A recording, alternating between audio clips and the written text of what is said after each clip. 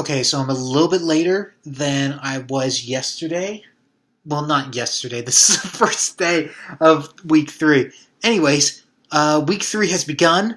I have started that chapter. But before I talk about the scene that I wrote today, the 1,000 words today, um, after I've uploaded the video at the end of last week, I realized definitively the end of that chapter did not work, period. And I went back and I rewrote it like a boss. Oh yeah, it happened. And then I tweaked an entire. After I finished that, I felt better. But then I thought about one sentence. I was like, that sentence doesn't work anymore. So I went back and I fixed that sentence, and then I was done. I was done with it. So the video at the end of last week, day 10, actually was not the end of that writing process. So I'm talking about it now, and I felt so much better. Oh, it worked so much better when I didn't force this guy Everett to talk to people. Oh, it worked great then. But before then, oh, it was awful. It was just terrible. I'm glad I recognized that pretty quickly, so I'm glad I did that. Now, today's scene was really interesting. I have to be honest, when I started writing today, I was like, I have no clue what I'm going to write about this week. Zero. I have no idea. And honestly, there's been a part of me that's felt like that's been true the whole time. Some scenes get clearer, but there's a lot of them I just need to write. I don't know what they are yet, and you just come up with something. And hopefully it fits, hopefully it connects. This one really did. I was surprised. Organically, it's coming along very well. This scene was from Keith's perspective. Keith and Dax are co-owners of the alligator farm. And what do you call it? Oh, they're preparing to have all of the alligators sent to the pond. Their perimeter, their pond and the perimeter, to prepare for the season opening, which is going to open in 1 week.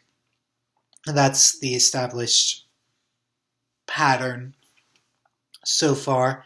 I don't think the scene's fully done. It kind of is, but I haven't even gotten to the bigger alligators.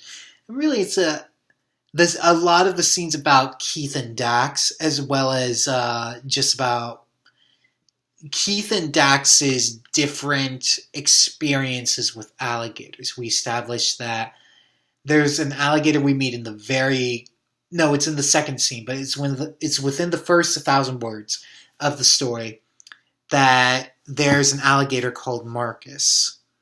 And that alligator was a pet that Dax had growing up. So Dax has no problem with holding animals in captivity or domesticating animals. Although, I'll get to that in a second. And Keith's he's morally against holding any animals in captivity.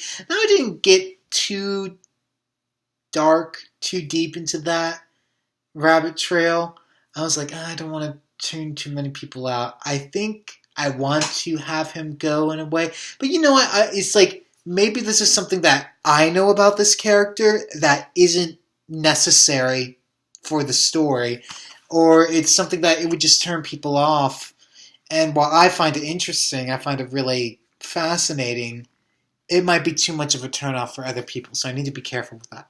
Anyways, okay. So I had to Google a lot of alligator things today. I had to ask a lot of stupid questions today. I asked, do alligators breathe? Oh, that was a stupid question. I really wasn't thinking with that one. But there was another one of how long are you allowed to keep alligators as your pets? I I asked that question, and there was someone who answered who said, well, it's about when it gets to like 7.5 feet or something like that. It's like, oh, okay, all right, that's interesting. But what they said is that you can't domesticate alligators at all. I found this really funny. Oh gosh, I'm tired.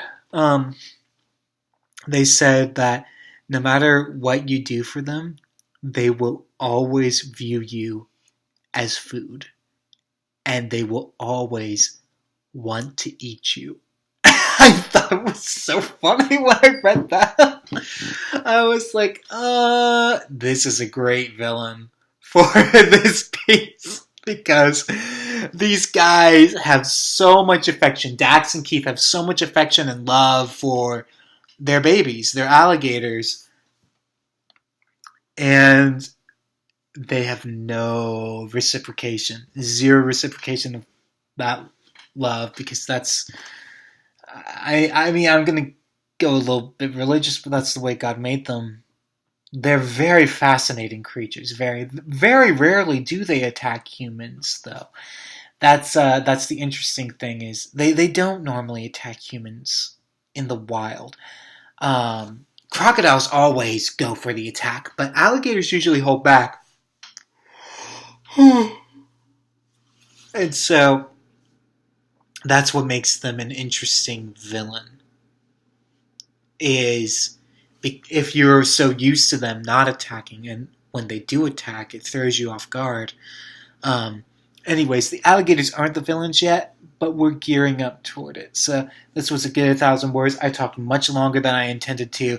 Anyways, I will catch you guys tomorrow. Another 1,000 words is going to be done. And the mantra. Always remember the mantra. The Gator. It's exactly what you think it is. Whoop!